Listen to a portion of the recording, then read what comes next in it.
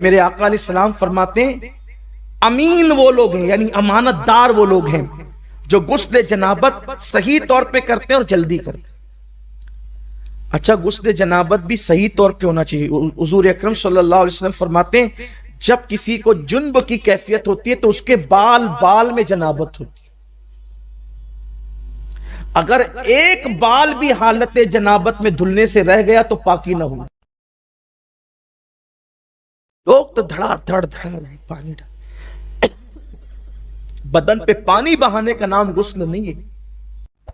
ناک کی نرم ہڈی تک پانی چڑھانا، غرغرہ کر کے حلق تک پانی پہنچانا اگر روزے میں نہیں ہے تو، اور اس کے بعد اس انداز سے بدن پر پانی بہانا کہ ہر بال سے کم 3 قطرے پانی بہ جائے، یہ ضروری ہوتے ہیں۔ فرض غسل بہت احتیاط سے ہونا چاہیے ورنہ غسل باقی رہے گا۔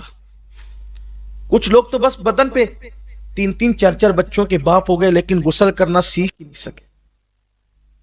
کیا نماز ہوگی اور کیا عبادت ہوگی اور کیا تلاوت ہوگی، کتنا بڑا المیہ ہے۔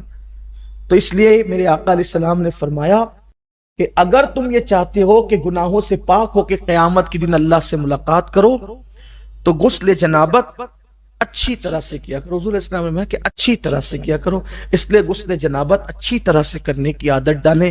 ناک کے بال بڑھ جایا کریں تو اس کو کٹوا لیا کریں، اس لیے کہ اگر بال کٹوا لیتے ہیں تو غسل جنابت میں آسانی ہوتی ہے۔ اسی طریقے سے اگر کچھ کھائے ہیں دانت میں پھنس گیا ہے اور نکالا جا سکتا ہے تو وہ سارا حصہ دھلنا ہمارے لیے فرض ہے۔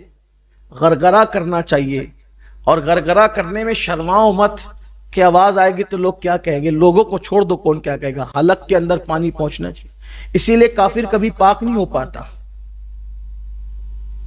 کافر کبھی پاک، کیونکہ وہ نہا تو لیتا ہے، پانی تو بہا لیتا ہے، کبھی کبھی بے تکلف پانی پینے کی وجہ سے اس کا غرغرہ بھی ہو جاتا ہے، حلق بھی دھل جاتا ہے بے تکلف پانی پینے، لیکن ناک میں پانی وہ کبھی نہیں پہنچا پاتا، کیونکہ ناک میں پانی پہنچانے کا تصور صرف اسلام میں ہے۔ اس لیے کافر کبھی پاک نہیں ہو پاتا ہے غسل جنابت سے، کبھی پاک نہیں ہو پاتا۔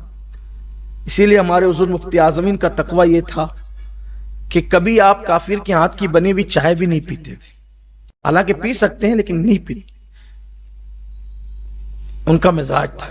بلکہ ان کا ذکر آ گیا تو ایک بات یاد آ گئی،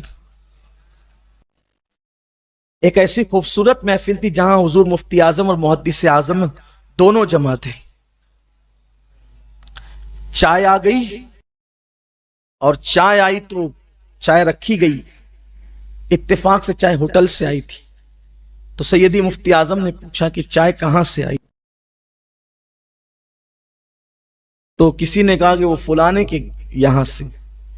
تو آپ نے فرمایا کہ میں کافر کے ہاتھ کی بنی ہوئی چائے نہیں پیتا۔ وہ چائے اٹھا لی گئی، چائے رکھی تھی سیدی محدث اعظمین کے سامنے، تو لوگوں نے سمجھا وہ نہیں پی رہے تو یہ بھی نہیں پئیں گے۔ تو سیدی محدث اعظمین رحمت اللہ تعالی سے کسی کا حضور مفتی اعظم چائے نہیں پیتے، گا کیوں؟ کہ وہ کہتے ہیں کہ وہ کافر کے ہاتھ کی بنی ہوئی اس لیے وہ نہیں پئیں گے۔ تو آپ نے پھر کپ سنبھال لیا، اور کپ سنبھال کر اٹھا کر پیتے ہوئے فرمایا یہ وہ ان کا تقوی تھا، یہ ان کا فتویٰ ہے۔ وہ ان کا تقوی تھا اور یہ ان کا، اور آپ نے پی لیا۔ پی سکتے ہیں لیکن سیدی مفتی اعظمین رحمت اللہ تعالی علیہ نہیں پیا کرتے۔ اس سے یہ نہیں کہ اب جو پینے لگے تو آپ اس کو جو وہ ٹیڑھی نظر سے، نہیں، اجازت ہے۔ لیکن آپ فرماتے تھے، بلکہ انہوں نے لکھا یہ بات جو میں نے ابھی عرض کی نا کہ کافر کبھی پاک نہیں ہو پاتا، کیونکہ ناک میں پانی چڑھا کر کے دھلنے کا تصور کافروں کے یہاں نہیں ہے، بے تکلف پانی پینے سے ان کا حلق دھل جاتا ہے۔ اس لیے آپ سے کہتا ہوں غسل جنابت سیکھیے، اور اچھے سے سیکھ کر کے غسل جنابت کیجیے، اور غسل جنابت کی برکت بھی بہت زیادہ ہے۔ جب کوئی غسل جنابت کرتا ہے تو ہر قطرے کی تعداد کے برابر فرشتے پیدا کیے جاتے ہیں، اور وہ فرشتے قیامت تک اس کے لیے مغفرت کی دعا کرتے ہیں جس نے جنابت کا غسل